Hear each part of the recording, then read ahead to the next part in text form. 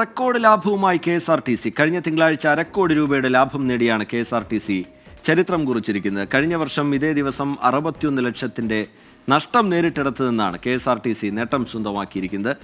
വിവരങ്ങളുമായി ഉമേഷ് ബാലകൃഷ്ണൻ തിരുവനന്തപുരത്ത് നിന്ന് ചേരുന്നുണ്ട്. ഉമേഷ്, ഈ KSRTCയുടെ നഷ്ടത്തെക്കുറിച്ചൊക്കെയാണ് സാധാരണ പറയാറുള്ളതെങ്കിൽ ഇങ്ങനെയൊരു സന്തോഷ വാർത്ത എന്നുള്ളത് വലിയ കാര്യം തന്നെ. എന്താണ് ഈ ലാഭത്തിന്റെ കാരണം? എന്താണ് അതിന്റെ വിവരങ്ങൾ? കണക്കുകൾ എങ്ങനെയാണ് ഉമേഷ്?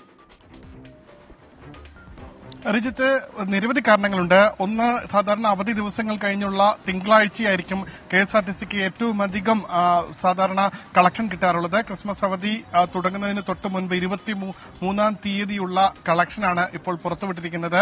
അതുകൂടാതെ മണ്ഡലകാലം KSRTCക്ക് എപ്പോഴും കളക്ഷൻ കൂടുന്ന ഒരു കാലഘട്ടമാണ്. അതുകൊണ്ട് തന്നെ കഴിഞ്ഞ വർഷം വരെ KSRTC പുറത്തുവിട്ടിരുന്നത് ആകെ കളക്ഷന്റെ റെക്കോർഡുകൾ മാത്രമാണ്. അതായത് എത്ര കളക്ഷൻ കൂടി എന്നുള്ള കാര്യം മാത്രമാണ്.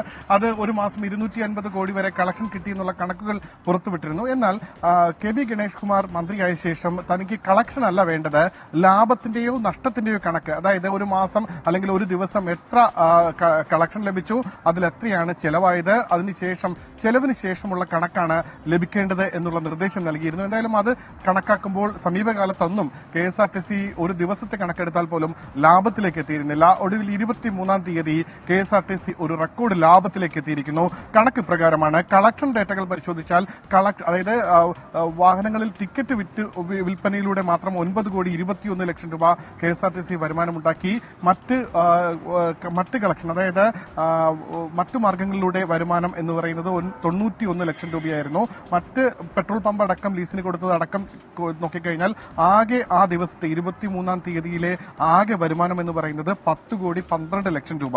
ഇനി ചെലവിലേക്ക് വന്നു കഴിഞ്ഞാൽ പ്രധാന ചെലവ് എപ്പോഴും ശമ്പളം തന്നെയാണ്. ശമ്പളത്തിന്റെ ചെലവ്, ഡീസലിന്റെ ചെലവ്, ഇത്തരത്തിൽ ചെലവുകളെല്ലാം കൂടി കണക്കാക്കി നോക്കിയാലും ആകെ ചെലവ് വന്നിരിക്കുന്നത് ചെലവ് കഴിഞ്ഞിട്ടുള്ള തുക നോക്കിക്കഴിഞ്ഞാൽ 54 ലക്ഷം രൂപ KSRTCക്ക് ഈ ദിവസം ലാഭത്തിന്റേതായ രീതിയിൽ മാറ്റിവെക്കാൻ കഴിഞ്ഞു. ഇത് കൺസോർഷ്യം ലോണ്, പെൻഷൻ ലോണിന്റെ തിരിച്ചടവ്, സ്വിഫ്റ്റ് ബസ്സുകളുടെ തിരിച്ചടവ് തുടങ്ങിയവയെല്ലാം കണക്കാക്കിക്കൊണ്ടുള്ള തുകയാണ്. അവയെല്ലാം കുറച്ച ശേഷം 54 ലക്ഷം രൂപ, 1,12,000 രൂപ KSRTCക്ക് അങ്ങനെ ലാഭമായി ലഭിച്ചിരിക്കുന്നു.